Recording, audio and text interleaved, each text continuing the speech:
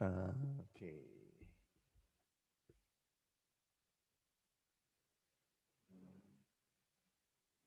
Can you see full screen? Are you able to see the PowerPoint in full screen? Yeah, but I still see your presentation in PowerPoint mode. PowerPoint mode, huh? Okay. Yeah. Huh?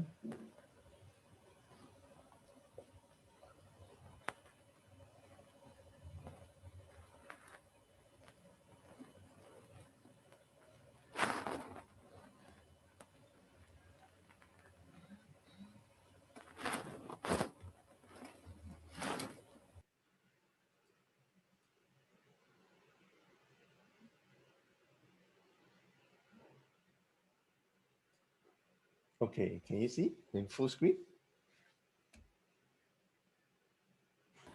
Uh, yeah, yeah. I think it's already full screen. It's already full screen, huh? Okay.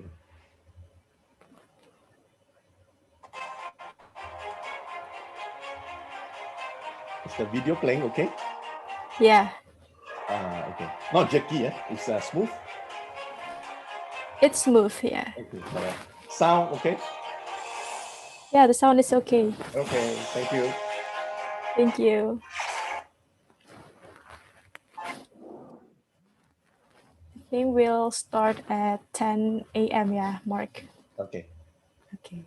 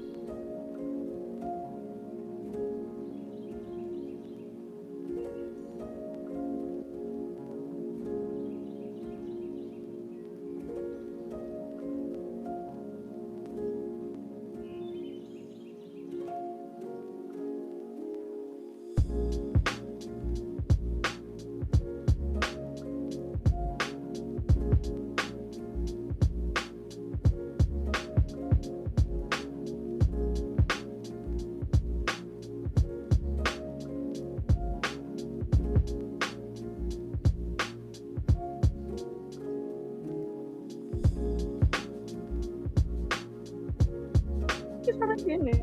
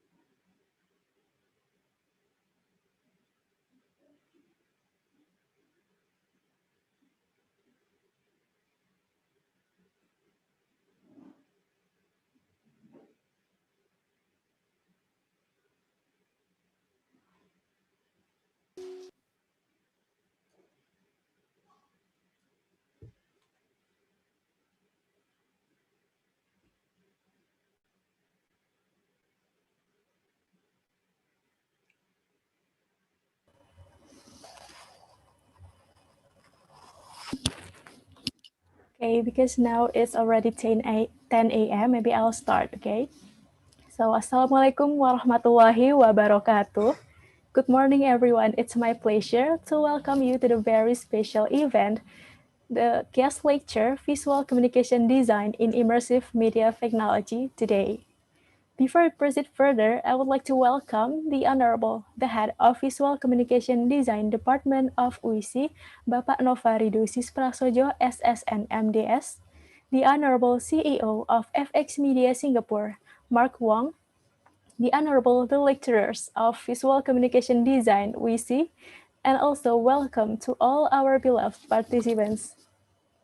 Ladies and gentlemen, here I am Jihan as the moderator in this event. But before starting our agenda, let me explain to you the rules of today's event. First, the whole session will be conducted on time. All participants kindly join the event 10 minutes earlier. Second, host will be set all the participants' microphone into mute mode. Third, all participants are allowed to ask the question via chat feature. Fourth, all participants must use full name as a proof of attendance in this event. Fifth, at the end of the session, kindly turn on your camera for a photo session. Sixth, this certificate will be only granted to participants who take part in the session from beginning to the end and filled out the questionnaire. Next, I'm going to explain the agenda schedule for today. The first agenda is the opening session that have started at 10 until 10:05 a.m. After that, there will be welcoming speech at 10:05 until 10:10 a.m. Next is the main session that will be started at 10:10 until 11:10 a.m. After that, there will be quiz at 11:10 until 11:20 a.m. And then will be continued with Q&A session at 11:20 until 12. By the end of the day, there will be a closing and photo session at 12 until 12:05 p.m. Okay, the next agenda for today is welcoming speech that will be delivered by the Head of Visual Communication Design, WISI, Bapak Nova Ridosis Prasojo, SSN MDS. Pak Nova, time is yours. Okay, thank you, Jihan.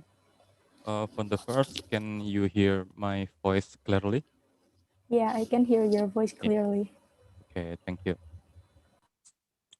Okay, Assalamualaikum warahmatullahi wabarakatuh. Good morning, all. Good morning, everyone. I hope you all stay healthy and safe today because we will doing a great session with Mr. Mark Wong. Okay, with all respect, uh, Mr. Mark Wong, as founder or CEO of FX Media, FXM Web from Singapore, welcome to Indonesia and welcome to UISI. Even though it is done virtually. Okay, and then Miss Prostika Sarinugraheni, Miss Rizky Noviasri as a lecturer at the UISI Visual Communication Design Study Program. Uh, all colleagues from UISI Office of International Affairs or OIA, as well as UISI DKV Visual Communication Design Study Program students and several other study programs. Thank you very much for your attend this morning. Uh, as the head of the UISI Visual Communication Design Study Programs, I would like uh, I would like to express my gratitude for continuing to maintain this enthusiasm. Even though in a pandemic that never ends, we all still want to continue to explore our knowledge through online seminar like this. Students are the last learning stage before all of you will meet at the career level as a professionals. Therefore, it is very important for you as students to continue actively upgrade yourself, not only academic, but also in relationships or networks, especially relate to internship experience. When it comes to apprenticeship, one thing that should not be forgotten is that currently the higher education system in Indonesia through the let's say independent learning curriculum or in Indonesian say kurikulum kuliah merdeka provides flexibility for students to be able to set their own learning direction during the last semester. One of which is the conversion of internship as a thesis. Of course, this is a great opportunity that should not be missed, especially when we have a super cool CEO today, Mr. Mark Wong from Singapore. Uh, Looks like the discussion about this cooperation later needs to be discussed more seriously with Mr. Rustika Sari. Okay. Furthermore, if you look at today's seminar topic, which is about immersive media technology, of course, this is not a difficult topic to digest, and that it is unavoidable in the future. Simulation and virtual technology to represent human activities are needed. And of course, if we master in this, it will add value to us to compete in the future. Visual communication design now has to get out of the comfort zone, no longer around branding, advertising, illustration, typography, or photos and videos, but also relate to technology such as game tech, virtual reality or VR, augmented reality or AR, digital script, 3D or 2D setting, which all target the virtual experience of human life. Now is the time to change our mindset. Don't be trapped for too long in the some ideology of conventional art workers. We must look far to the future that the condition of uh, our environment, let's say the pandemic COVID-19, it made the future comes early, and we all must be prepared to face it. The UIC Visual Communication Design program will provide all of you the best services for students, including providing and paving the way for students to be able to develop themselves. One of which is through an internship programs. Uh, let's take advantage of the opportunities that have been given to the maximum. We must try to continue expanding professional relationships, improve and perfecting your portfolio. Then you will be ready to welcome a future full of technology. So, the last word for me, thank you once again to all of you who have attended. OIA friends, Office of International Affairs, WISI, thank you very much to helping us. I hope in the future we still in collaborate. Okay, please take advantage of today events to broaden your perspective on a world of visual communication design. Thank you. Wassalamualaikum warahmatullahi wabarakatuh. Waalaikumsalam warahmatullahi wabarakatuh. Thank you very much for the speech, Pak Nova. Maybe next, before we start, let me introduce you to our guest speaker for today. Our guest speaker, Mark Wong, studied in ME and Polytechnic in 1993 until 1995. And then he continued his study at Teesside University in 1996 until 1997. And in the same year, he worked as a software engineer at Sony, and after graduate, he worked as a production manager at II Zone in 1998 until 1999. And then in 2008 until now, he worked as the founder slash CEO of FX Media. All right, let's jump to the main session. And without any further ado, please welcome our special guest, Mark Wong. Good morning, Mark. Much. Hello, good morning, Pagi, everyone. Pagi. Thank you, Pak Nova, for introducing me. I'm not as super as what you introduced me. I'm really humble. Okay, okay. Okay. Well, I'll just try do a more casual session today. All right. Basically, I'll run through what is immersive technology all about, and how students can actually tap into this emerging technology to embrace what is actually taking the world to move them into the next industrial revolution, the industrial revolution 4.0 as what we call it. All right. So just make this session a little bit more casual. Later on, you can ask me any questions. So along the way, do take note, there are some quiz. Before we end the session, there will be 3 questions. Do pay attention, all right? Because you're going to get to win some prize, all right? So without much further ado, let me share my PowerPoint slide.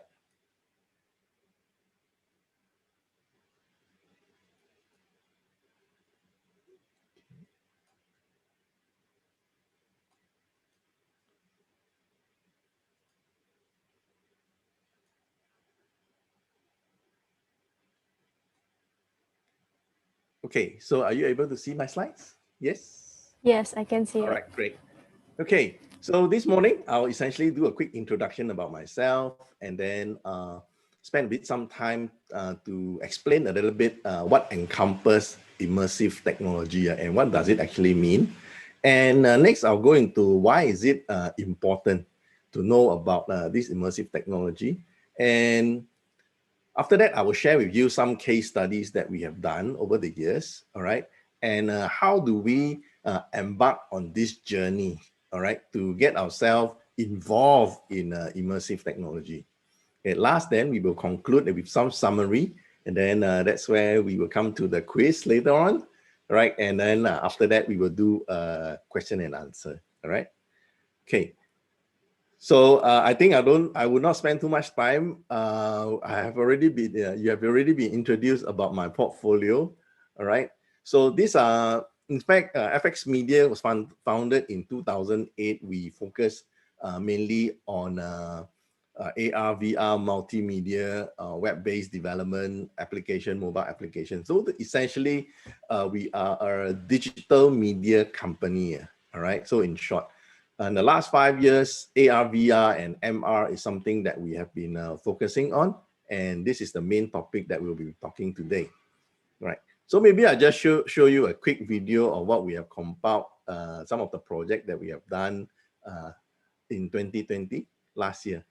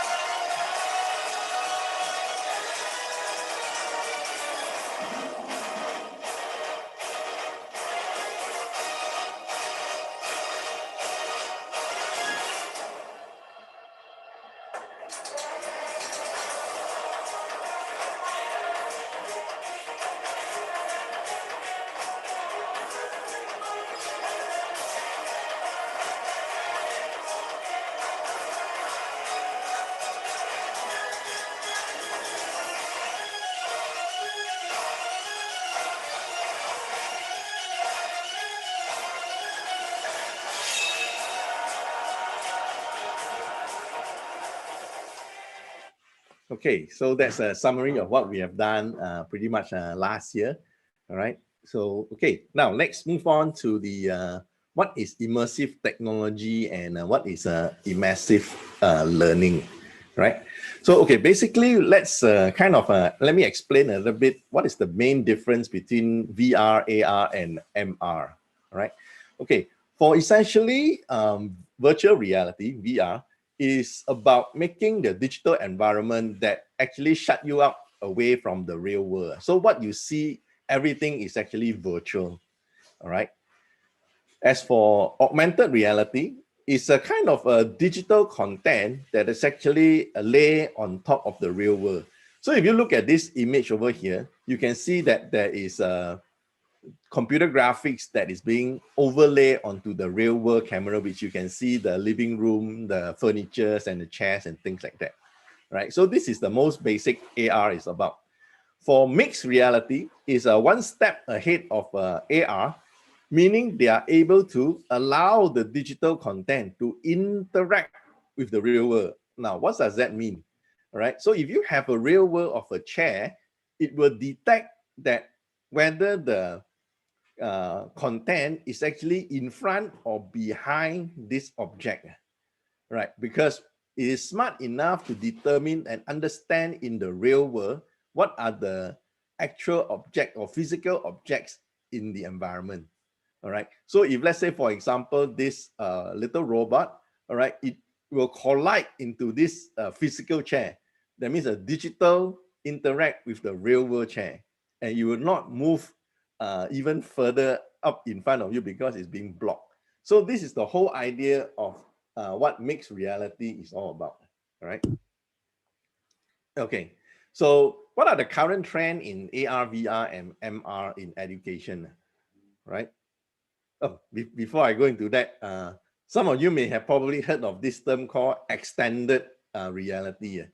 Sounds like a very complicated terms, but actually it's a very simple way to explain whether is it AR, VR, or MR. So in other words, when someone say the word XR, it can encompass any of these three. So it's like kind of the simplified way to define AR, VR, or MR. So instead of saying AR, VR, MR, so you can just say XR for short, right? Now, so what is the again, like I mentioned, the trend in this space. Now, because of the emerging of the 5G, and of course, I think you probably hear a lot about AI, right? This is actually what's happening, and we are starting to merge 5G content and AI elements inside all this XR application, right? Which is allowing, for example, multiplayer to be interacting with real-time communication, all right? And all this can also be consumed via the web browser. And that's why there's this term called Web XR, right? So essentially, when people talk about Web XR, is actually having all these experiences using the web browser, all right?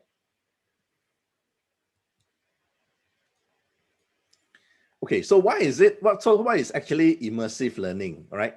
It's essentially a simulated and controlled learning situation, right? With the component of AR, VR, and MR. So that's why it's called immersive learning. And why is it important? Well, answer is pretty simple, right? In the next decade of emerging technology that is coming out, right? If you notice that AI, IoT, I think you hear this very frequently, social media and mobile internet, that what we're experiencing now with all these Snapchat and Instagram, TikTok, Facebook, etc., right? So this is something that we're all familiar with, right? So a study has made that 30 technologies in the next decade, all right, will be very popular and common, right? Being immersive media as one of them, and collaborative tech as also as another, all right? Of course, there are a lot more others like green energy, etc., right? Clean tech and all this. Of course, these are probably not so much of the area that our touch point will be. So I'll just focus on essentially the immersive tech. right? So research has also revealed that if you do learning experience, 10% of retention is through reading, 20% to listening and hearing, 30% is viewing images. That's why we have this saying called a picture worth 1,000 words. So by seeing an illustration or visual, right, you can actually retain more information. But having said that, when it is moving images, example, videos, I think YouTube will be something that you kind of can't live without these days, right? It actually helps in terms of the learning experience and get better retention with up to 50%, all right? Watching a movie or watching a demonstration through YouTube, right? Up the ladder will be 7% retention is actually participating in a discussion, all right? Like for example, if you are having small work groups and things like that, having discussion. In fact, that actually, once you participate in something, you tend to retain much more when it comes to learning, all right? Last but not least, up at the highest chain is actually what we call the immersive technology learning, where you are doing the real experience to simulations. And there's this saying by learning by doing is one of the best way to learn the subjects. All right, so learn by doing. So this is why immersive technology help to serve this purpose. All right. Okay.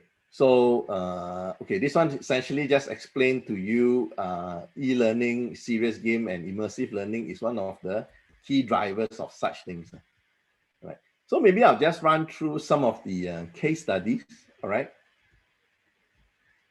Like for example, we did one project with NUS, okay, for the medical team, medical students, sorry, in how to actually ensure that safety procedure are practiced before they start to do operation or surgery on a patient, right? So we put them in the simulated operating theater, right, where they will perform their necessary checks. Okay, maybe I'll just, like for example, ensure that the eyes are properly taped and protected, because sometimes if not careful, the surgeon or the nursing staff may have cut or cause injury to the eye. So they need to ensure that it is properly protected. Okay, and how they can actually take the surgical knife and things like that is must through a kidney dish. If they take the knife directly, then the chances is that they may get cut accidentally, right? Okay, let me show you a short video how it looks like.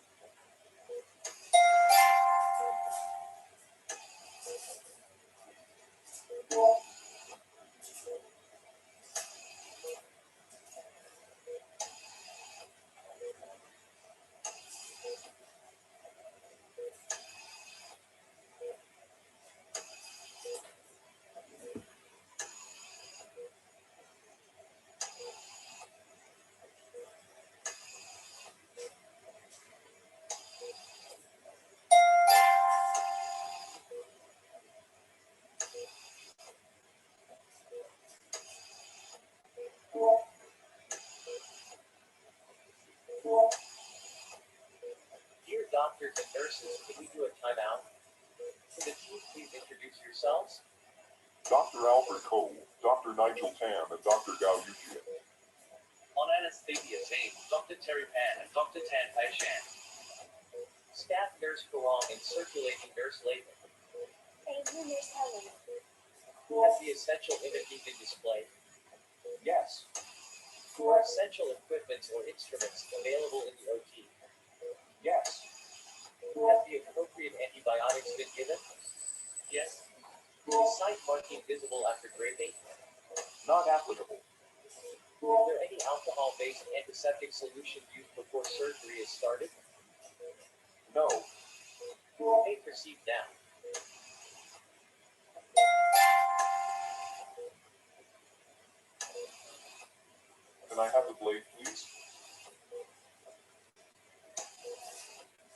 Doctor, here is the blade.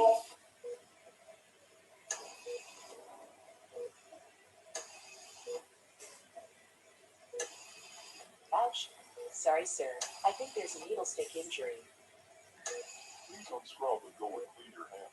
Okay, I think you got the idea. I'll move on. So this is the lab that the students actually goes to experience the VR. All right. So this is what the actual lab looks like.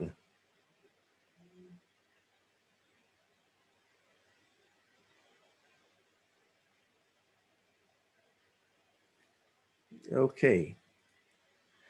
So another project that we have done is for the pharmacy faculty. All right. So in order for them to learn about herbs and drugs, we make it into a more interactive game. All right, to gamify it, to make the learning experience more interesting.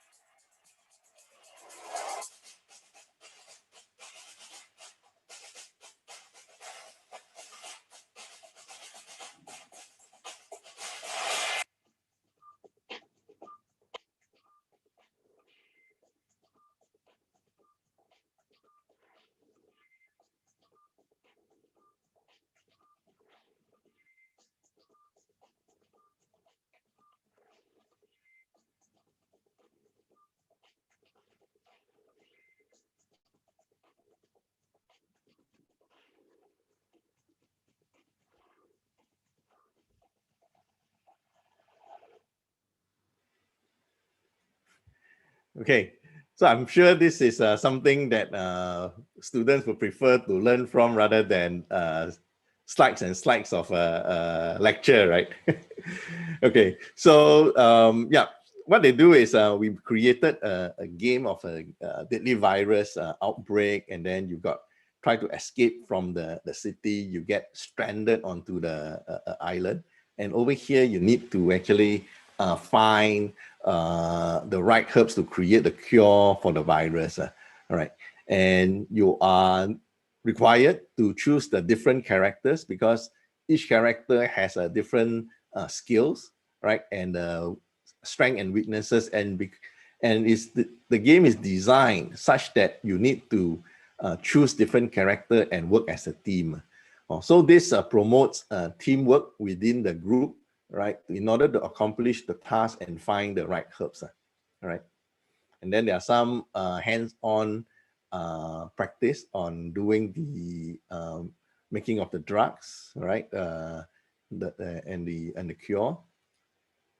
Making use of lip motions with hand gestures. All right. Okay. Next one, I'll show you more on the augmented reality. All right. This is actually kind of a game that we create for the high school students. All right. They're supposed to go around to catch similar concept of the Pokemons. All right. I'll show you a video.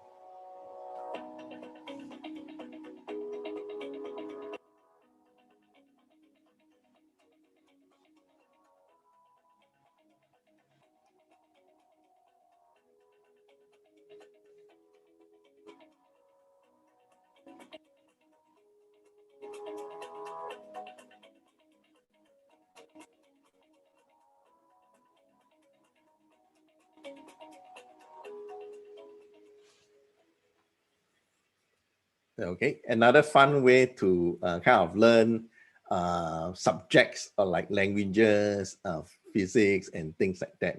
So we plant all these mons all around the campus, and the students will go around finding the monster and collect them all. Right. Okay. Next one, I'll just briefly share with you this earthquake project. All right. So essentially, other than just having to kind of study all these videos, all right, we also have a simulation of the ground shaking by this what we call vibrating devices. So when you put on the VR headset and you stand on the one of these so-called floorboard, right? When we simulate the earthquake, this thing actually vibrates. So get you a more immersive experience, right? Okay, some other projects other than VR headset that I keep talking about, right? There are also alternate ways to have a more immersive experience is through what we call cave. It's like using the projection room kind of function, right? So what you see here, all right, is actually projected by 3 main projectors, right, center, and the left side of the screen. So the group of students or children sitting down here listening to a storyteller relating a story. So they kind of simulate a large VR headset. Instead of wearing it, you're sitting right in the middle of a room, right? So instead of apart from just listening to stories, we also have what we call the interactive screen right in the middle where children can also play some interactive games after the story is told. So there is a part 2 of the experience. Listen, and then second is to participate and interact. Right, so this is how it looks like. Projection, right? So these are some of the projectors that we have mounted there, right? And this room itself is controlled by a wireless controller using a tablet where we can literally control the slides. That means which slide that we want the story to coincide with the storyteller. And also the mood of the room, we can actually control the lightings. So if you have a story about maybe there's a fire, you can actually turn the color of the lights to red and things like that, right? Okay. Yeah, again, moving on. So because of the COVID-19 that we experienced for a year plus already, so other channels that can make use of a more interesting interaction through the web browser, like I mentioned, all these WebXR and WebGL things, we can also make the web experience a lot more enriching, all right? Like, for example, we did this for the Malay Heritage Center, all right? Let me just show you a quick demonstration. Okay, so this is a kind of a website, right? Of course, on the surface, it looks just like a website, right? But actually, once you click into the virtual tour, right? And like, let's say the Malay Heritage Center, you want to explore more, it actually load the 3D model of the place. All right. Wait, sorry.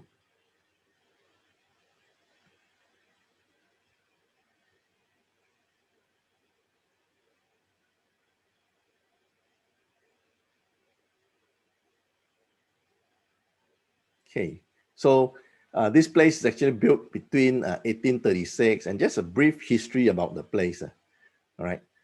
So once you load it, you can actually view it in a 3-dimensional mode. All right. So you have a better sense of the Malay Heritage Center, how it looks like, right? Interactively, like right now, I'm actually controlling it, right, through my mouse. I can literally see the entire place the way I want it, all right? So if let's say I want to kind of begin my tour, I can also start from the gate. I have another navigational menu over here, all right? So I can start with the gate, right? And then they'll explain to me about the importance of this gate, how it was, I mean, the historical values towards it. And I can go further in, all right? I can go even further in, right?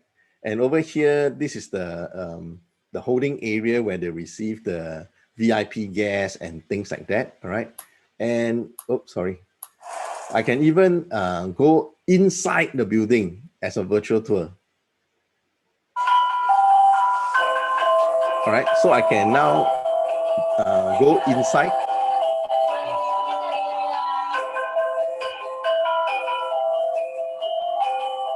Okay, some of the artifacts like the ship, I can even see how the seafarer, how they make use of the various type of ship for their trading and what we call fishing industry, right? So what kind of ship and how does it look like? You can actually see it in more details.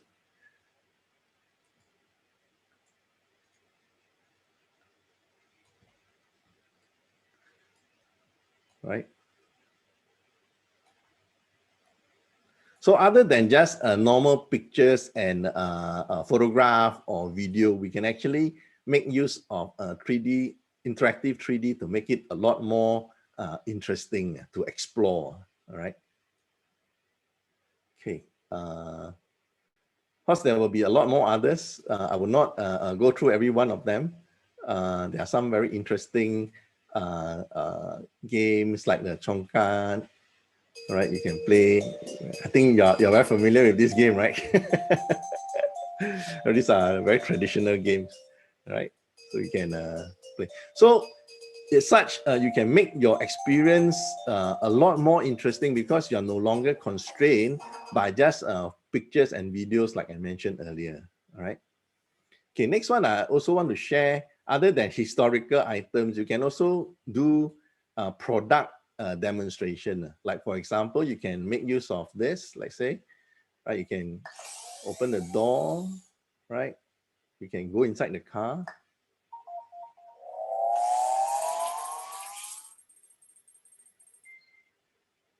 Right? So if you find that it's a bit dark, you want to turn on the lights and turn off the lights. Okay. You can come back out again. Right, so you can actually make your product a lot more interactive.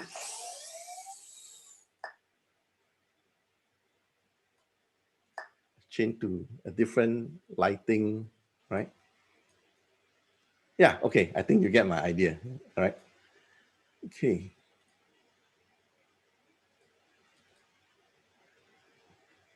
Oops, sorry. Should be.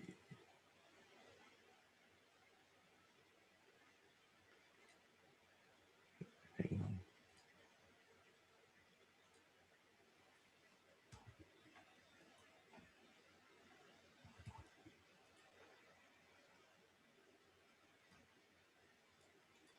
Okay, hang on.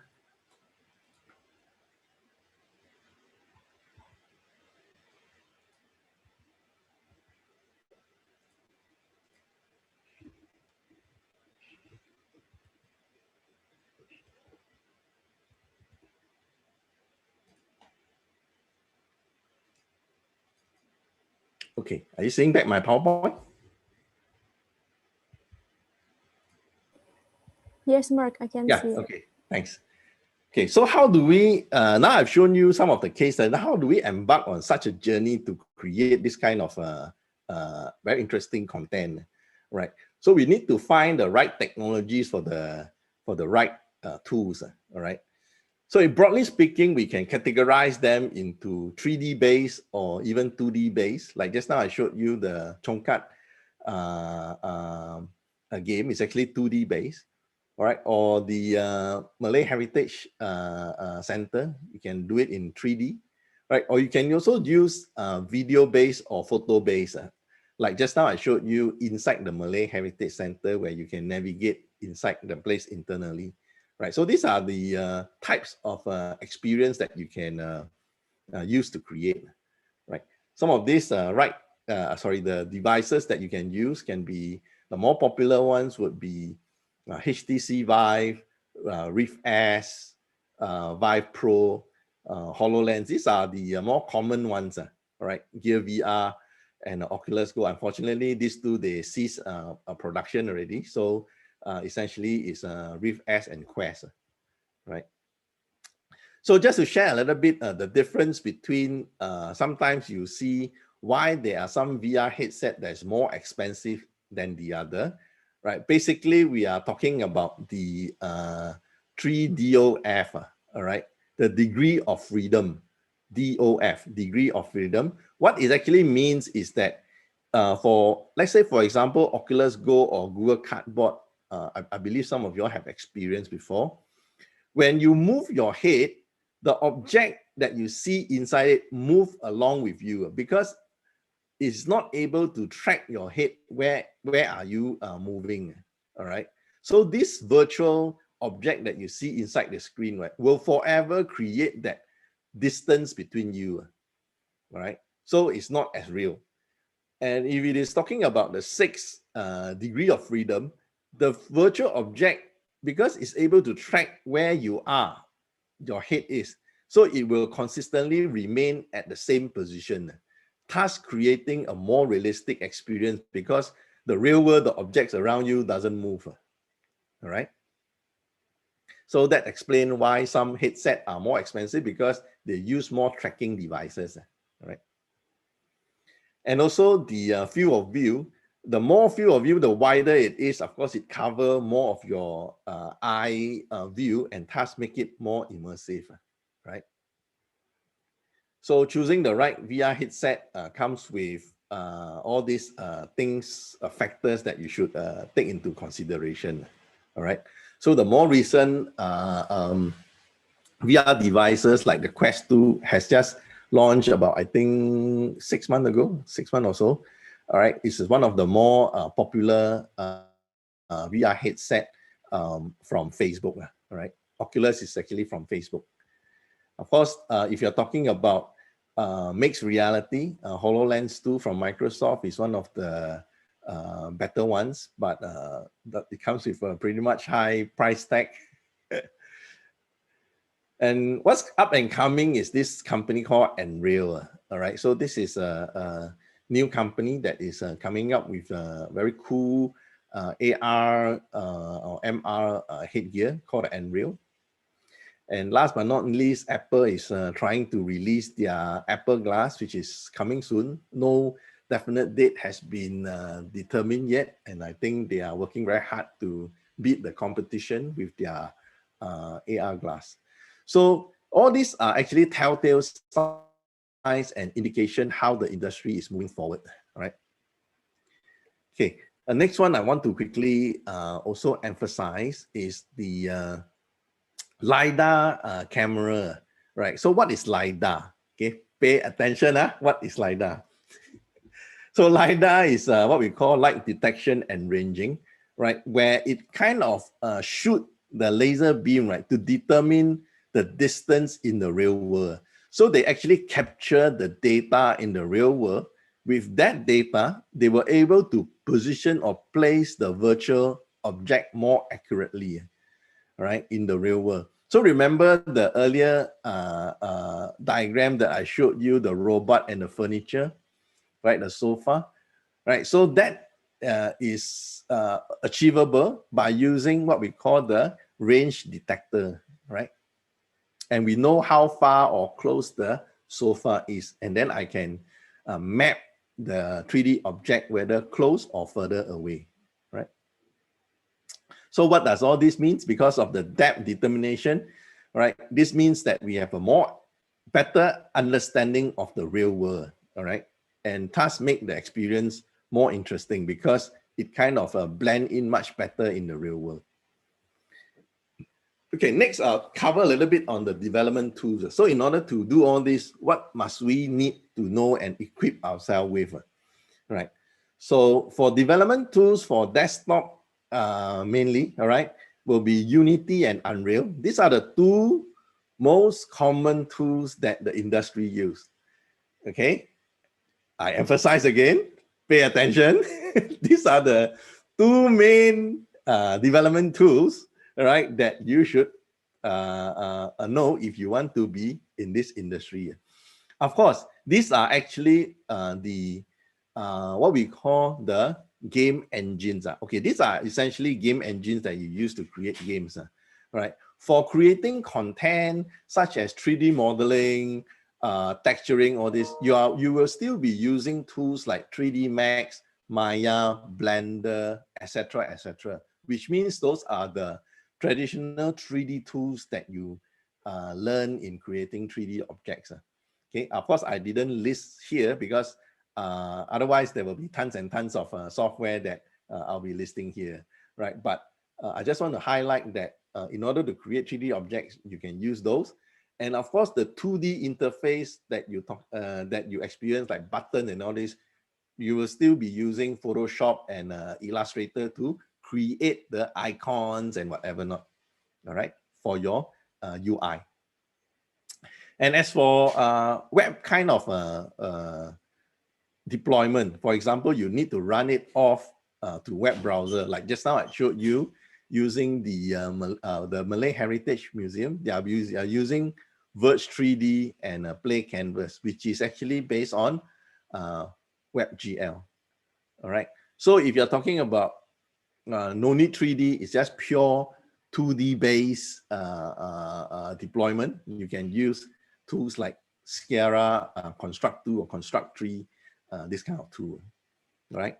And as for web AR experience, you can use Spark AR or Lens Snapchat, all right? Okay. For this tool, essentially, all right, can you see my camera view now? I have changed myself into a different character right now. Hi. All right. So this is an example how we can make use of Snapchat, right, to change the character. So in other words, it's actually augmenting the graphics over my face because it's able to detect where my face position is. All right. So if I cover my face, yeah. Okay, so just a bit of fun to let you understand a little bit what all these two drive us. All right. Okay. So for customer journey, right? Usually for design students or visual design students, I'm sure this is something that you probably have. Oh, sorry, let me change back my avatar. I forgot. Okay, let me switch it back. Okay, so yeah, customer journey, I'm pretty sure that you also practice this, is how the flow from the experience, from the customer experience, like the moment you put on the headset, you need to log in, you know, what are the main menu, what are the different scenarios that you go through, so on and so forth. So usually in part of the development process, you need to map out the customer journey, right? So for visual students, in terms of doing design, UX, UI is something that you will probably pay a lot more attention with. So these are the customer journey that you normally have to map out with your project managers, all right? And then for the application itself, all right, you also be doing UI research. So for different project, you will require, of course, different skinning and design to make sure that your UI design matches with the theme of the project. All right. So you may look at UI research, interface design, prototyping, to test out the controls and things like that. Does it make sense? Is it intuitive? All right. And then that's where you, after the prototyping stage, you will have to work very closely with the programmers and the developers to implement some of your designs. All right. So this is a general flow, right, from prototyping to implementation to game testings, and then after that you do a launch, and then you have feedbacks and things like that to do further enhancement and things. So this is the Unity interface. I think this will look very intimidating for non-technical designers, right? Who doesn't do programming. This may look a bit intimidating, but let me assure you, in fact, you don't have to know every single functions inside all this game engine. If you are a visual designer or even 3D artist, you only need to worry about mainly your area of work. All right. For AR, VR, usually, or at least by now, the complexity is such that it's very hard to work on a project all by yourself. So likely you will be working with a team of different expertise, minimum UX designer, all right, a 3D artist, and a developer. So usually we split into 3 main roles. All right. Okay, so to summarize and to conclude, is AR, VR like the one and only solution for the industry in training and so on and so forth? Well, of course, the short answer is no. You will still need the traditional media like PowerPoint slides, videos, etc., as one of your main driving learning materials. All right. But AR, VR can be something that you can add on to make your experience a little bit more exciting. All right. So that as such, what I will try to bring about this message will be, you cannot be converting every single thing into AR, VR. You don't do that. You will only selectively choose what is most effective, okay, for AR, VR to drive that training or that experience. All right. So like, for example, if you go into a museum, I'm sure you will still have your artifacts, right?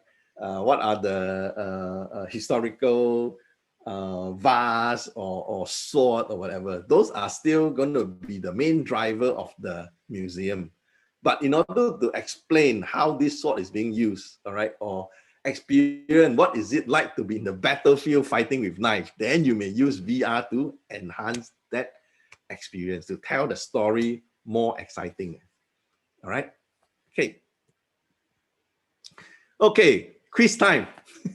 I think that's what everybody is waiting for, right? Okay.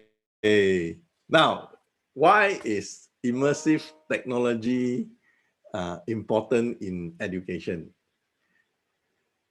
Sihan, you want to open this to the floor? I'll just mute myself first. Yes, Mark, thank you so much for your presentation. Maybe we can moving on to the quiz. You can start it by now. Also, how about the procedure? Is the participants have to fill the answer on the chat, or should they note it first, or how?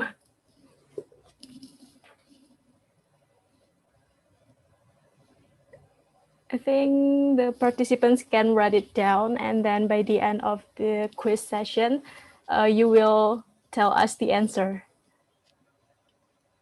Or maybe the participants can write it on the chat feature too, if they want, if they know the answer. Okay, so the first question is, why is immersive technology important in education? Okay. Okay, what I will do is I will do question by question. So the moment we close the answering, then I'll move on to the next question. All right.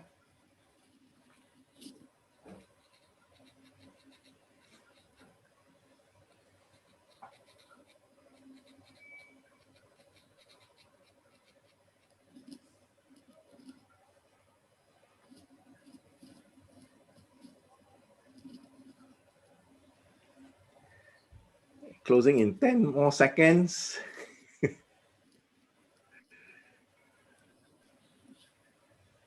Okay. There's some answer of Aditya Mahendra Wiratama. Should I read it now or later? Probably later, or maybe what you can do. Okay, sorry, let me see the.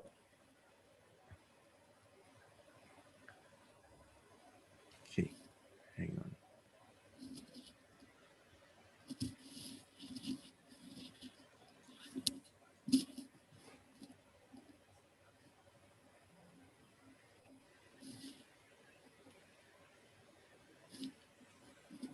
Okay.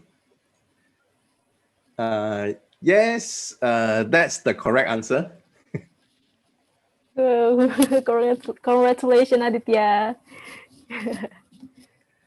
Okay, so let me Okay. just review You the can- answer before I move on to the next one. Sure. Right.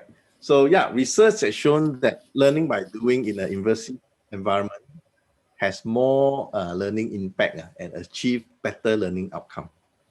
Thank you. Well done. Okay, thank you very much, Mark. Maybe you can moving on to the next question. Yeah, let me.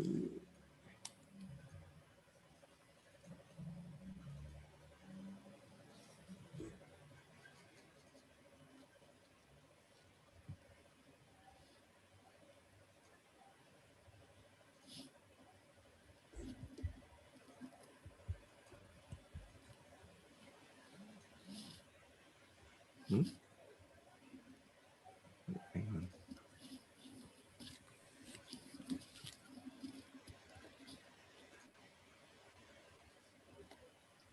Okay, the second question will be, what are the two most common tools that we use for AR, VR development? Mark, I think you revealed the answer Sorry? because it's not in full screen yet. So I think you reveal the answer. Oh, really? Yeah. Oh, me bad. Yeah, it's okay. Okay, then we'll see who's the fastest typer who can type this. Yes. Okay, let me try to. Okay, is it full screen now? I don't see your screen yet. Okay.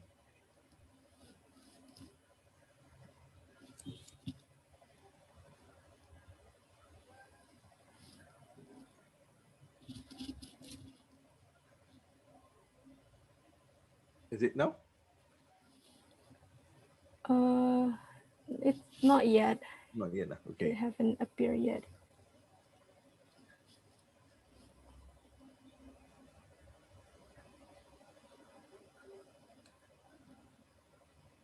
Okay, give me a minute.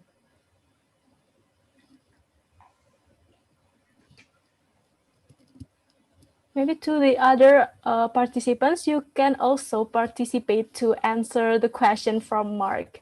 Because for your information, to all the 3 lucky participants will get a reward from us. So make sure you participate in this quiz session.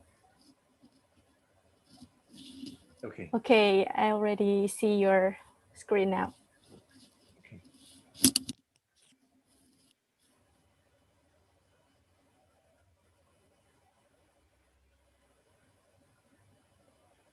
Okay. I think someone has answered. We have a winner. Yes, that is correct. Answer is Unity. and Unreal. Yay. Yay. Okay, let's move on. What does LiDAR stands for?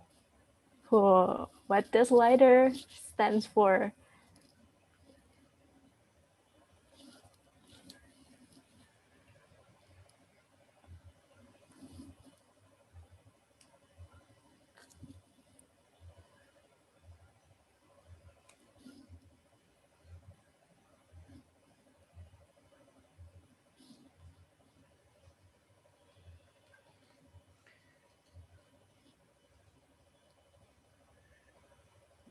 Yes, we have answer. Well, the right answer is from Aditya Mahendra Wiratama. Yes. He's so great on doing this quiz. Definitely right. So LiDAR is like detection and ranging. So to have more accurate, did y'all do a screenshot? Why come your answer is so exactly the same like mine? Maybe. Cheating? Yeah. Okay, doesn't matter. It means you pay attention. That's good enough.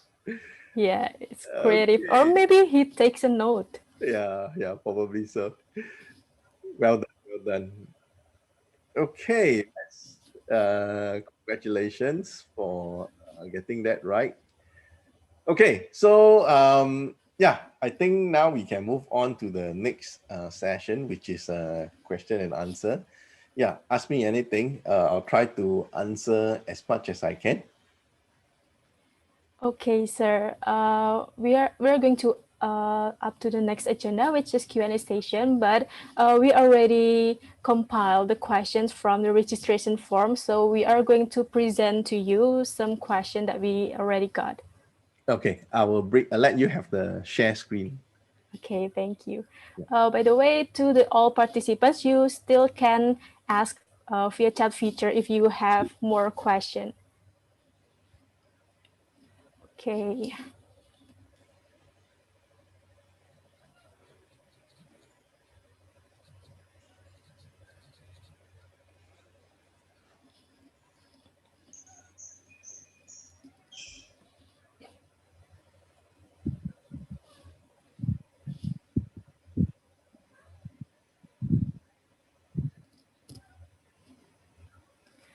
Okay, so the first question is from Kurnia Putra Alamsyah from Management UIC.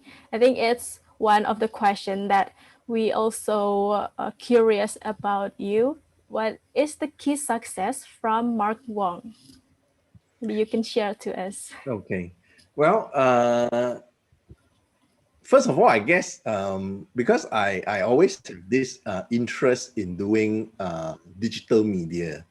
So I guess this is something that I started with, and that gave me a very good foundation because, of course, I do my studies in multimedia design and things like that, programming. That helps me to have a foundation, right? So with that, that allows me to have a better understanding and grasp of what's digital media is all about and how to go about doing it, right? Next is, of course, to have this passion to actually the willingness to go and do the work itself. So we have to be very proactive, all right? To, of course, to sustain the business, you need to consistently look for so-called potential clients and users that want to have this industry, right? So with that, is the most so-called basic that keep the ball rolling. And once you overcome that so-called overcome that difficulty getting the business, then the next challenge would be how do we consistently upgrade our skill set in order to meet the demand. Now, the true fact about this industry is that the technology actually moves pretty fast, right? What you see, like recently, just now I showed you on those web 3D, that kind of thing. Those things were not so much into the mainstream maybe like 2 to 3 years ago. 2 to 3 years ago, people are still doing much more on the VR experience with headset and things like that. But because of the COVID change and things like you have to react pretty quickly to shift the paradigm. All right. So that itself is really challenging. And that kind of energy and passion, we got to translate it over to the rest of the team in the company because, like I mentioned, it's never a one-man project. Minimum, you need three. 3D artist, UI, UX designer, and then the programmer. So if you have multiple projects running at the same time, you have a team of 20, 30 or 40 over people, you have to ensure that that kind of energy got to be propagate down, that everybody understand your vision, understand your passion, and they themselves must have that passion, right, to drive everyone forward. So I can only say that this is a journey that is, we call it the infinite game, all right? So infinite game means it's going to be a very, very long marathon. You are not doing a 100-meter sprint or 200-meter race. It's going to be a long marathon that you need to prepare to run. And the only way to sustain that is when you have a true passion for it, right? Hope I answered your question. Okay, thank you for your answer. Maybe Kurnia Putra Alamsyah, are you here? If so, do you understand about, is the answer from Mark already answer your question? Yes, sure. Thank you, Mr. Mark Wong. Thank you. Okay, thank you. So I'm going to summarize a little bit. So the key success from Mark Wong is that he has a good foundation of the knowledge about digital media, but he also have a strong willingness and being proactive. And also, we also have to understand that technology is moving so fast. So he learned that he have to be a good communicator, that he can lead the team to understand his purpose and goals. Okay, so the next question is related to the previous question, which is about Riza Adi Kurniawan from Informatics WC. What the problems and obstacles do you often experience? Okay, when it comes to the actual projects, right, the truth is that a lot of clients sometimes doesn't know what they want. So you won't be surprised that after doing prototype and almost UAT stage, then they say, hey, no, it's not like that. I want it this way, this way, this way. So it's because I wouldn't blame them, because it's not that they do this kind of project very frequently. And after all, this is, I would say, quite a new field. So a lot of them are also learning in the process. So that makes the project sometimes a bit challenging, because even though you have finished doing all the prototype and showing how it kind of looks like, feel like, and run the program, but when it comes to almost UAT stage, they may have other ideas and what we call mismatch of the expectation and things like that. Especially sometimes when the project team has another boss higher up to answer to, and those are not translated to them right from the start. So these are usually one of the main problems that we encounter as part of the development process. All right. Other obstacles, I guess, would be the amount of hardware and equipment sometimes we need to invest in, especially when you have quite a wide variety of VR headset the consumer use. So learning and testing and each and one of them is also one of the challenges that we face. Right? Okay. Okay. Okay, thank you very much. So to summarize also, so your challenge is usually about communicating, because some people may don't understand what they're doing, something like that, right? So maybe in here I'm going to help to translate in bahasa Indonesia. Untuk kunci kesuksesan dari Mark Wong di pertanyaan pertama, jawabannya adalah beliau memiliki fondasi yang kuat dalam pengetahuan beliau dalam digital media. Dan yang memperkuat beliau bisa menjadi sukses adalah karena keinginannya yang kuat dan menjadi proaktif, serta memiliki komunikasi yang baik agar tim kalian tuh memahami tujuan kalian dan cita-cita kalian sebagai tim atau sebagai perusahaan itu juga penting sekali sebagai kesuksesan dalam sebuah kerjasama tim. Lalu untuk jawaban yang kedua adalah biasanya Mark mengalami kesulitan ketika beberapa partner kerjanya itu tidak tahu apa yang harus mereka lakukan seperti itu. Padahal mereka bekerja di bidang itu. Jadi hal-hal seperti itu membuat Mark pekerjaan Mark menjadi sedikit challenging seperti itu. So now we're up to the next question.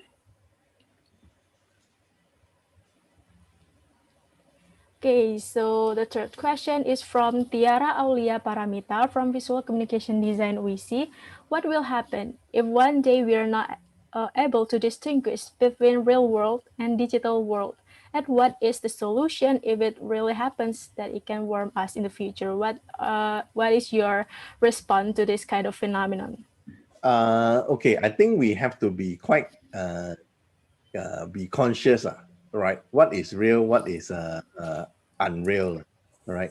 Yes, there will definitely be a time where we are able to create a computer-generated graphic that is so real exactly like the real world, right?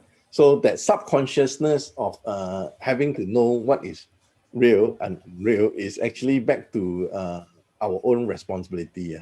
I mean, it's a double-edged sword.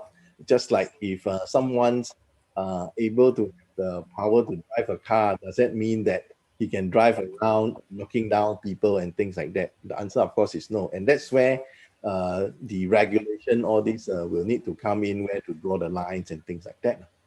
Right? Hope that answered the question. Okay. So your answer is actually it depends to the people itself too to have a full consciousness, or they have to recognize that there is a clear difference between digital and real world, right? Oke, jadi pertanyaan yang pertama adalah bagaimana jika suatu hari nanti kita tidak bisa membedakan antara dunia yang nyata dan dunia digital? Nah, di sini Mark menjawab bahwa kita harus memiliki kesadaran penuh dan mengenali bahwa sesungguhnya memang ada perbedaan yang jelas antara dunia digital dan dunia yang nyata, seperti itu. So the fourth question is from Niken Vanesia from Visual Communication Design UISI. How to make people feel a real experience in a virtual way? Is it possible to make people smell, sense, and hear the ambience virtually? What do you think? The answer for smell is yes. There are research on doing a VR headset that actually give you that emits smell out from they call it the cartridge, right? In fact, they started to manufacture that cartridge in the US, but unfortunately, because that category of scent, right, is under kind of restricted product development. So right now they are still not able to ship as a consumer product. They have to get clearance from the FCC from the US side before they are able to sell it as off-the-shelf product for the consumer. All right. So yeah, in a sense that it's real. It's possible to do that, but I guess it's also the degree of scent that the cartridge is able to emit. I'm sure it is has certain limitation to that. All right. Then moving on to your earlier question, how to make people feel a real experience in a virtual way. There are also other devices like what we call the force feedback vest. So what do they do? This force feedback is the moment you wear the vest, if in the virtual world gameplay, someone is hitting on you on your back or your body, it gives you that sensation of being hit, right? So, okay, you can imagine using one of those OSIM massage chair where they give you that sense of hitting is similar kind of concept. Yeah. And then there is another device that looks something like a treadmill that let you run in the virtual world unlimitedly, right? So you are like running in a treadmill, but in the virtual world, you are running very far away inside the virtual world. So these are some of the devices people are trying to make the VR experience even more real. Okay. Okay, thank you for the answer. So to answer the first question is maybe I mean, you have to learn and adapt the real simulation or the real experience. Like for the example, when you want to make like a fighting games or something, you have to adapt like the hitting experience or something to be to can be experienced virtually like that. And is it possible to make people smell, sense, and hear the ambience virtually? Mark said yes, it's possible, but it has a certain limitation and it will be restricted. But it's possible. Oke, jadi pertanyaan yang pertama untuk membuat pengalaman nyata secara virtual adalah dengan para apa ya desainernya dan teknisinya itu harus mempelajari dan mengadaptasi pengalaman yang nyata dari suatu apa ya namanya kayak ketika seperti contoh ketika membuat game tentang berkelahi atau terjatuh seperti itu para desainer ini harus menyiapkan dan mengadaptasi perasaan jatuh itu seperti apa, lalu dipukul itu rasanya seperti apa, seperti itu. Lalu apakah ini mungkin kita bisa membau aroma seperti itu secara virtual, dan Mark berkata bahwa ini memungkinkan, tapi akan memiliki batas itu dan akan diperketat untuk batasnya, jadi tidak akan diproduksi secara konsumtif seperti itu. Okay, so I think there's a question in the chat feature from Aditya Mahendra Wiratama. Maybe Aditya, can you on mic to deliver your question? Testing. Yes. Hello, Mr. Mark. I would Hello. like to ask you a question about introduction about AR or VR. It's about what are the prerequisites before learning AR or VR? Are we also needed to have an expert knowledge in programming? Yeah. Thank you. Well, this is again where I mentioned what role do you want to play in developing to get into learning AR and VR, right? So if you are coming in from the role of UI artist, then of course all you need to do is learn how to import the design that you have done, right? In terms of the icon, how do you import all these interface into the Unity or Unreal environment, all right? So definitely you need to kind of have an overview of the Unity editor. Just now the screenshot that I've shown you. So my advice is you need to at least download the application, which is free. All right, they have a free version at no cost. You can download and play with it. And there are also quite a lot of tutorial that actually teaches you how to import UI into it. In fact, they actually have full source code given to you. How do you compile a simple game using Unity? So all you need to do if you need to focus on the UI is how to import and manipulate the graphics within Unity, right?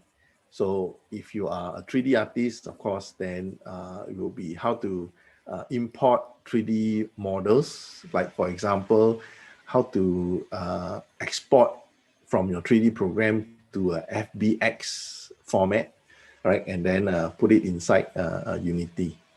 Okay, of course, there will be other type of work for 3D artists, such as setting up the lighting so that it lights the mood of the application to the way you want it, right? And yeah, you can easily compile and build the application.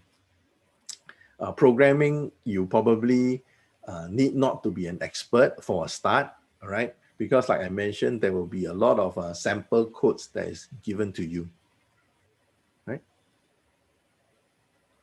Yeah, thank you very much, Mark, for your answer. Aditya, can you receive the answer? I think it's enough. Thank you, Mr. Mark.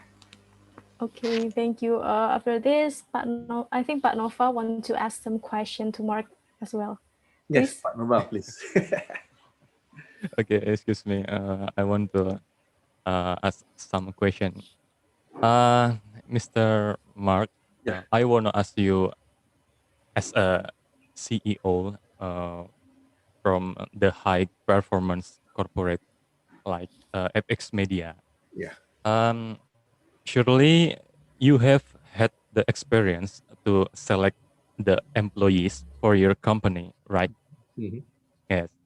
Even though we are all still the amateurs in digital immersive media, but if we can dream, if we can dream, if we want to have a career in high performance corporate like FX Media, what do we need to prepare? Uh, at least we have a picture from the company regarding the minimum standard requirement for the next 5 years. For example, especially for the students or for the fresh graduates or master, for example. Thank you. Oh, okay. Well, to be honest, let me probably I answer the first part of the question. How do you get yourself maybe involved in this field? Well, one of the best, I would say the best method is actually through some form of attachment and internship, right? And that is also something that what FX Media has been doing, right, for the past 3 years already. So we actually see there is a gap, right? That because like I say, this is a very new industry.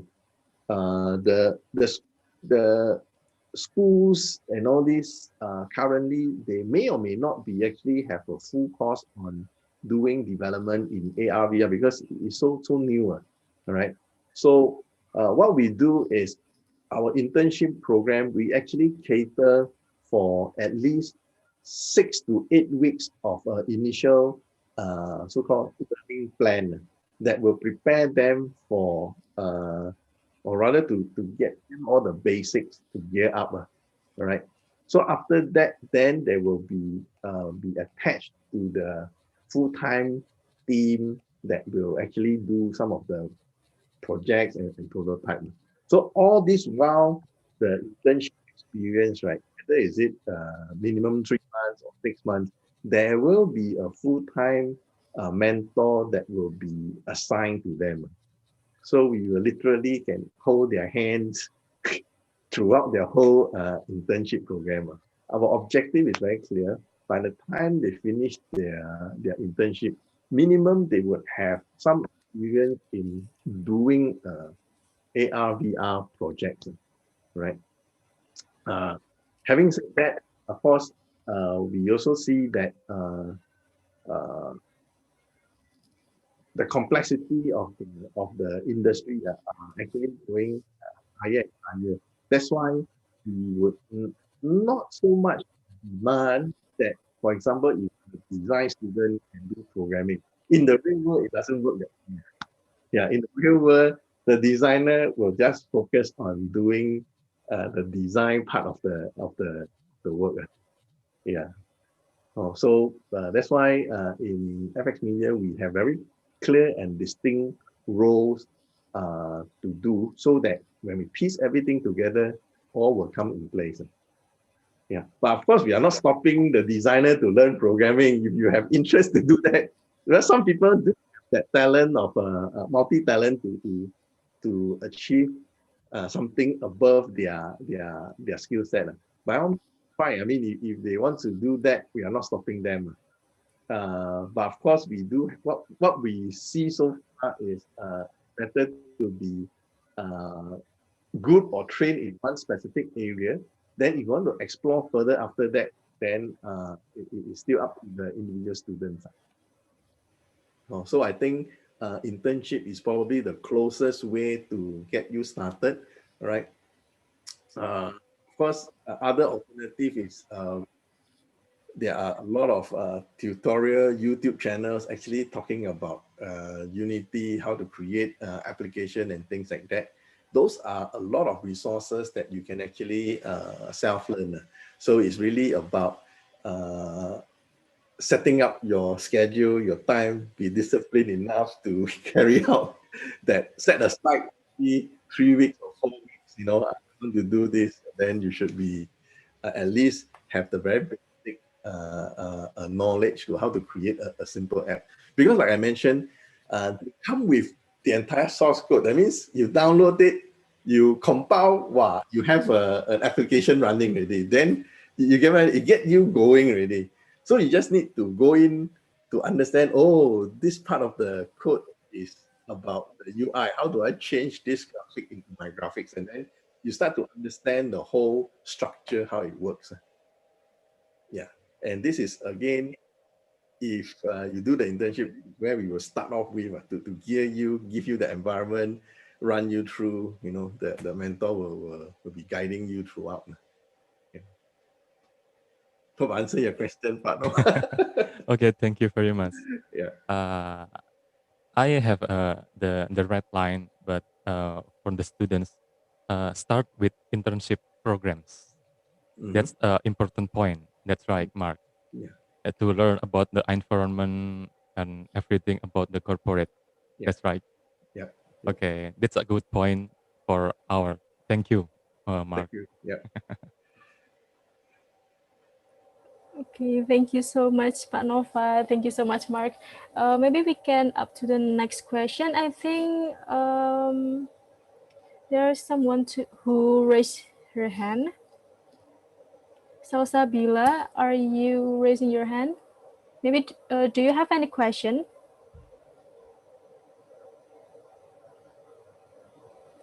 Halo, Salsabila, Seni Purbasari. Maybe you can on mic.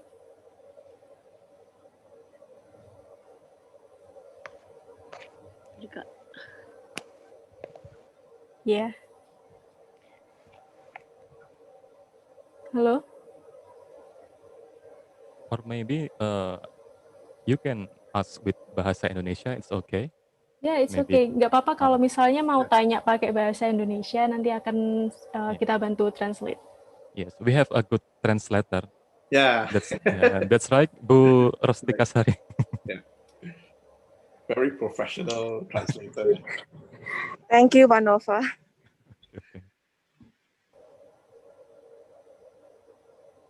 Halo, Salsabila Seni Purbasari. Oh, sepertinya tidak jadi ya. Mungkin salah tekan. Mungkin I think we can up to the next question. We are going to present. Yeah. There's more question from the registration form. From Nanda Nida Ilyun from Management UIC. Are there any tips for developing and strengthening ideas until it materialized? Are there any tips for developing and strengthening ideas until materialize? Okay, let me see whether I understand your question correctly. So you're saying that during the process of having all these ideas, thinking it through before we do the actual production, is there any tips that can help to improve that? Is it? Is that Yeah. Okay. I think that is. Okay. So usually that's where we okay, first of all, just like any other industry, you need to kind of see enough, play enough. So you need to know what other users, or sorry, what other developers are doing for that specific genre of VR experience. Whether is it education type, or whether you are doing a project on training or pure entertainment or historical experience. So you need to kind of do some research on what other people are doing, all right? Because by researching some of these past experience people have done, you kind of have a better, clearer picture of what is possible and what is not. So rather than you think too wildly, where those things are not achievable, so you may want to do some research on that. Of course, having said that, we should not, of course, limit ourselves in terms of imagination, but we need to have certain foundation of things in order to build upon. All right. So you can say, I've done my research this. Okay, I understand already. So do I want to tear away all this and then start from scratch? Of course you can. Okay, but at least subconsciously you know there are certain foundation or limitation that what the current technology can do or cannot do, or what other people have done that you may want to even further improve on what they have done based on all these references. Okay, so this will be able to make your project more how to say controllable in a sense that you will be able to deliver the projects at a certain time frame, within a certain time frame, right? Because those things that you have seen is something that is so-called doable, right? Otherwise, if you be overly ambitious, okay, you'll find that you cannot meet the deadline. So in 3 years, you're still trying to do something that you, right? And sometimes you get a bit discouraged if after 1 year or 2 years, you still haven't seen anything that is concrete that you can do. So, well, I'm not saying that you have to follow my approach. My approach is more pragmatic. I would do things a step at a time, right? I may not at one go dream of something that is very difficult to achieve. I may do it progressively, all right? So it's like maybe the first title that you raise may not be the award winning, but don't worry, if you have the passion, you can get there slowly. Okay. Okay, thank you very much, Mark. Jadi intinya ketika kita mau mendevelop atau mengembangkan dan memperkuat ide kita, kita harus melakukan research yang dalam gitu. Jadi karena just like visual communication design, we usually encourage to have a deep brainstorming. I think that's what helps us to can work in this kind of sector. Seperti biasanya anak DKV itu kan harus brainstormingnya itu dalam, nah itu bisa membantu juga untuk memperkuat ide-ide kita. Okay, so the next question is from Sandi Christian Widyantoro from Visual Communication Design, which the question is almost similar with the previous question about the obstacles that you have been through and the key of your success. But maybe do you want to explain more about it, like about your career journey, maybe when you were studying or when you are, or maybe do you have any unique experience when you are being a CEO? Well, okay, let me start from the time where I decided to say run my own company. When I first started, there's only two staff that I have with me.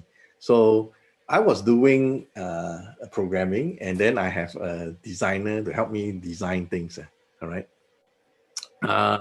So bit by bit, I gain projects, pitching for project. Of course, I as a business owner, you need to wear multiple hats. All right. So other than of course, when you start early, you are the programmer, you are also the project manager, and you are also the business guy who go around looking for business. All right.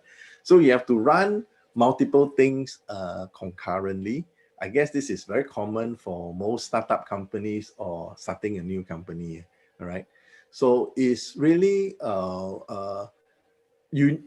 there will always be a certain threshold. When we say a threshold, is that there's enough team member within your company to help you sustain the development, meaning that you can step back without being involved in whether is it programming or design, and just focus on the business, and your operation can still continue to run, right?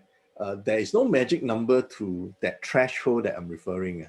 Whether this is going to be a 5-man company or 10-man company or 15-man company, different company will probably operate at a different scale and different size in order to achieve what we call this threshold numbers. As for me, a sweet spot, okay, is somewhere around 15 to 20. So once you are able to clear the 15 to 20, the team itself would be sufficient enough skill set to not just operate, but not just to operate the business, but able to somehow back up each other, because you need a substantial size. For example, when you operate on year-to-year basis, there will be people going on leave. There will be people going on MC. There will be people leaving and new one joining, etc., etc. So you need to have a substantial size in order to cover that so-called empty space. If not, you will end up in a very tight situation where staff will tend to become overworked if all these are not managed properly, right? So imagine you have a very good programmer, but because he left the company for further study or join another company, whatever not, then how put you in that space? Then you probably have another programmer who is probably doing 1 or 2 projects. Now he has to do that person task, which means he has to take 4 projects at the same time. So if you can live through a short period and get the replacement fast enough, you are fine. If it lasts more than 3 months or 6 months, he will be exhausted and he will not last more than a year. And before soon he will tell you, boss, I think I give up. Yeah, I'm doing 4 projects or 6 projects at the same time. How can I handle this kind of workload? Even if he can, all right, to me, it's not a sustainable model, because human beings has a certain limitation how much output they can do, right? And even if he can, right, you need to think about how do we continue to upgrade that person's skills, the programmer skill, in terms of the new technology that is coming up. So this must always be something that a business owner need to be very conscious of, because if you don't, then very soon the team that you have can be very good in the first year, second year, third year, because wow, they are doing a lot of projects. But by the third year, whatever they know becomes obsolete, because from the 4th year onwards, there will be new technology, new paradigm shift and things like that. And you find that there is this gap that you are not able to catch up. And that's where most of the companies, I'm not saying all, but usually by the time the 3rd year, if those companies can survive more than 3 years, usually they tend to survive longer. Because by the 3rd year, all this will start to set in if your management skills of running the business is not correct. You'll see a downward trend and then everything just gets spiral down. Oke, thank you very much, Mark. Jadi untuk inti dari penjelasan Mark adalah ketika kita berkarir itu biasanya kita harus belajar, apalagi di kerja sama tim itu kita harus bisa belajar membackup satu sama lain, karena seperti contoh tadi Mark memberi contoh ketika ada salah satu yang resign dari perusahaannya, maka sebelum ada seseorang yang bisa mereplace posisi dari orang yang resign tersebut, anggota yang lain harus siap untuk membackup. Seperti itu. Jadi itu adalah salah satu pengalaman yang sangat penting yang pernah dialami oleh Mark. Okay, Nanda and Sandy, are you here? Is that already answer your question?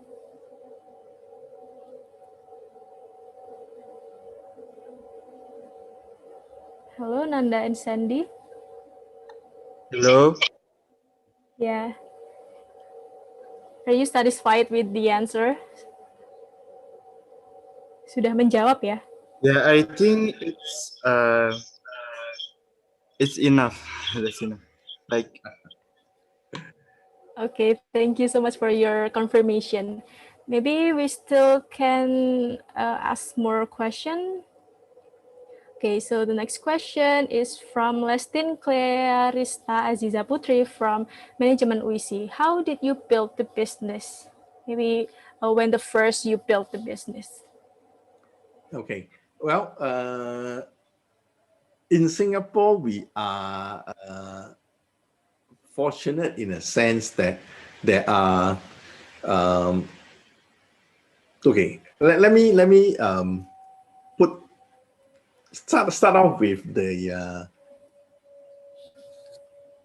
business revenue. How do we generate a revenue, right? So for every business, there must be income and revenue for us to continue to sustain, right? So in Singapore, there are, of course, two main type of clients that we have. One is what we call the government based kind of projects, whether is it army or museums, or whether is it education at universities, and those are under the government sector, right? Then of course we have the private sector, right?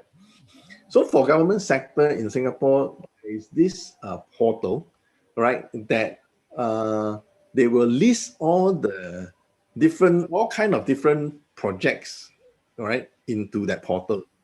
So you can kind of look through that portal. What are the relevant projects that suits your skill set, and then you can go about pitching it. All right, but of course, it's not so simple. It's not like, oh, there's a project there. I click, I bid. Oh, you win. And of course, it doesn't sound so simple. You have to pitch against, because once they put it in the portal, there are many competitors who will pitch against it. All right. So sometimes you may have 20, sometimes you may have 30 competitors fighting for the same project. All right.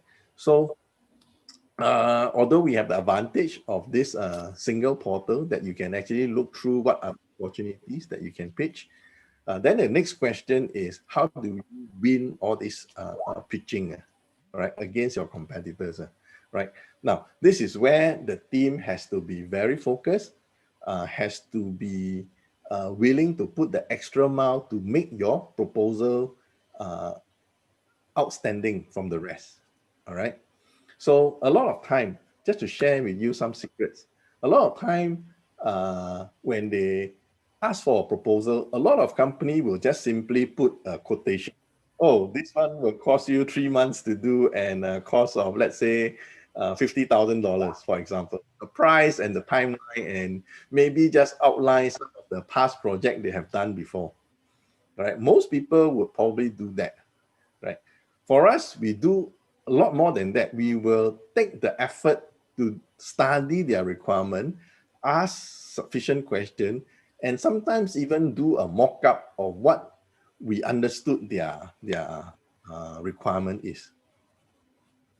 Okay, so by doing that, that somehow give the potential buyer more confidence that what they will eventually buy kind of a meet based on what you have done the mock-up for them. All right.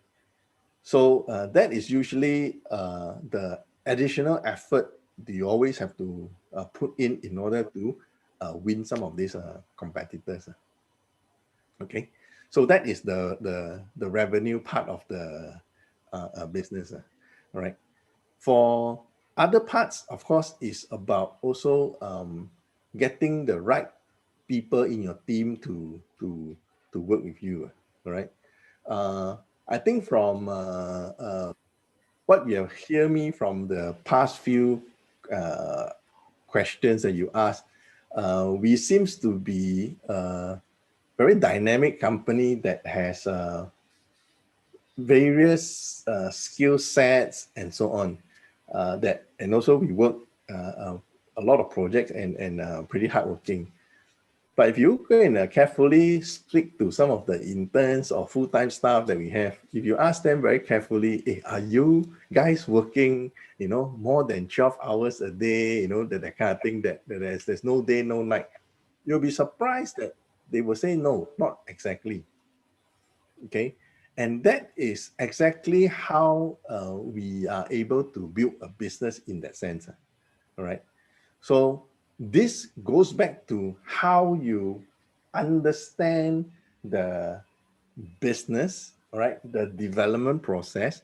What are the skill set requires for each task to be done? And then you get the right person, not the most qualified person, all right, the best person to do the job.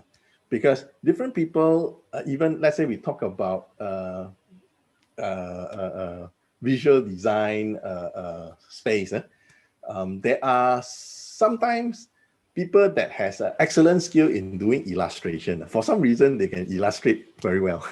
But their students from the design field simply cannot illustrate, or they lack of the skills to do illustration. So if you try to put that person, all right, into doing something that's not their forte, they will be struggling.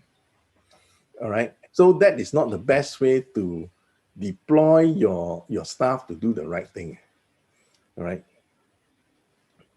So that is one of the reasons why we are able to sustain the team for a long time, because they are able to do what they do best in the most efficient way. All right. And naturally, when you do, it's your forte, you do well, you get praises, you get, all the other goodies. It makes you feel good and it's a vicious cycle that it motivates you, because clients sometimes will kind of compliment your work. Wow, this is good, this is great, this is excellent. That gives you a lot of reassurance and self-confidence, and that builds upon that. All right. So these are the two main parts that how we actually build the business over time, right? Okay, thank you so much for the answer. Jadi bagaimana Mark ini bisa membangun bisnisnya yang untuk step-stepnya beliau harus atau kita gitu ya. Jadi ini ada tips dari Mark untuk kita. Yang pertama adalah mencari bisnis yang sesuai, peluang bisnis yang sesuai dengan portofolio kita. Lalu untuk mempelajari syarat-syaratnya dan kita harus mempelajari proses development dan perencanaan bisnisnya, itu sudah pasti ya. Lalu yang paling penting di sini yang saya highlight juga, kita harus bisa menemukan orang yang tepat untuk bisa bekerja sama dengan kita, dan orang tepat ini tuh nggak harus yang sempurna, dia yang harus bisa segalanya, tapi yang bisa di bidang yang dia bisa, atau di sektor yang memang kita mau. Seperti misalnya kita mencari ilustrator, ya kita harus mencari seseorang yang memang spesialis di ilustrasi, seperti itu contohnya. Okay, Lestin, can you receive the answer?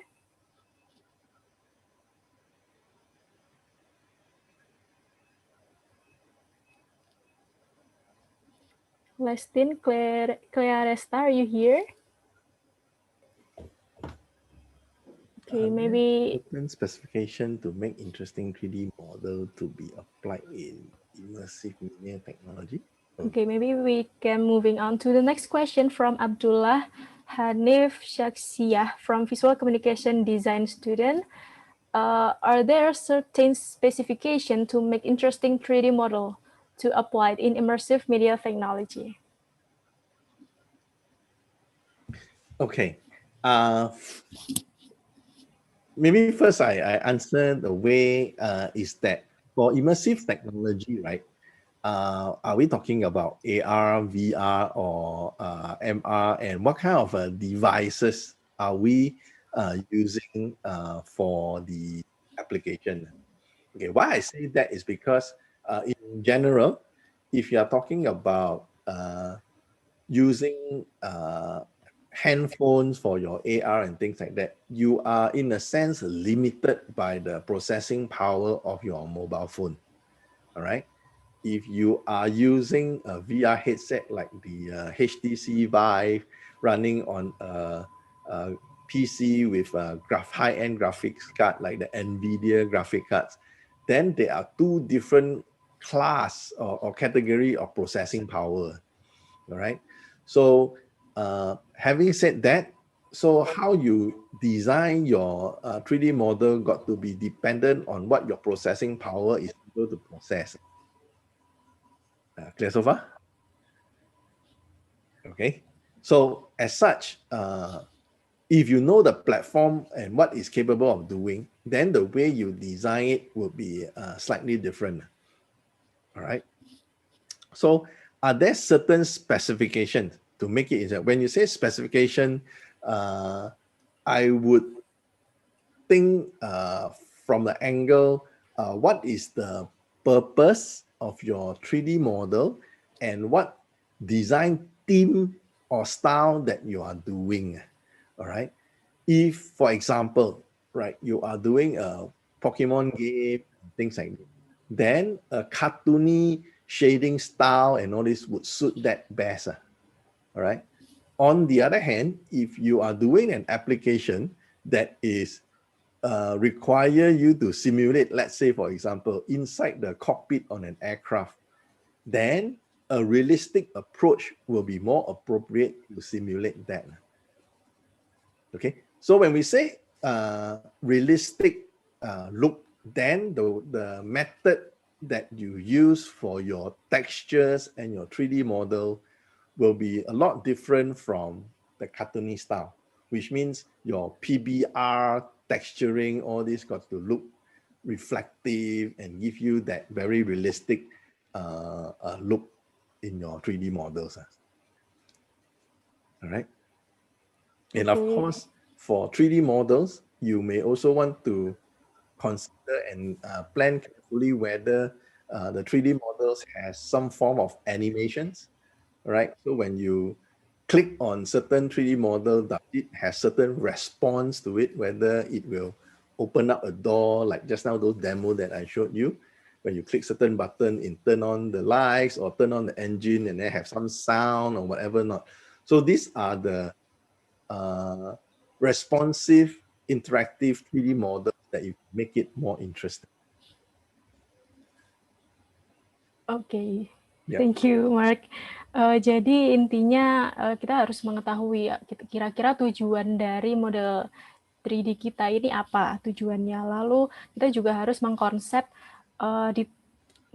dari model ini, apakah seperti mengkonsep shadingnya, lalu mengkonsep proporsi badannya, lalu dengan tekstur-tekstur sehingga 3D model ini bisa tampak realistis.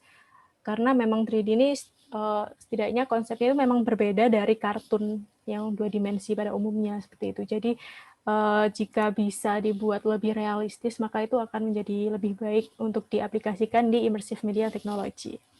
Okay, I think this will end our Q&A session for today.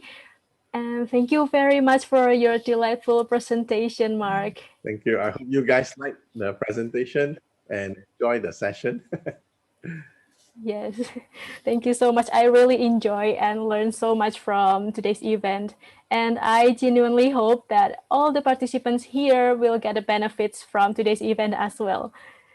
Okay, so next, we as a committee would like to present to you some souvenir from us. Oh, great. Wow, that's nice. Yeah. Thank you so much. Thank you. Thank you for your information. This souvenir was made by one of the visual communication design. Right. Cool. That's cool. I will use it for my thumbnail profile. Sure, we'll send to you later. Right. Okay. Thank you so much. Okay.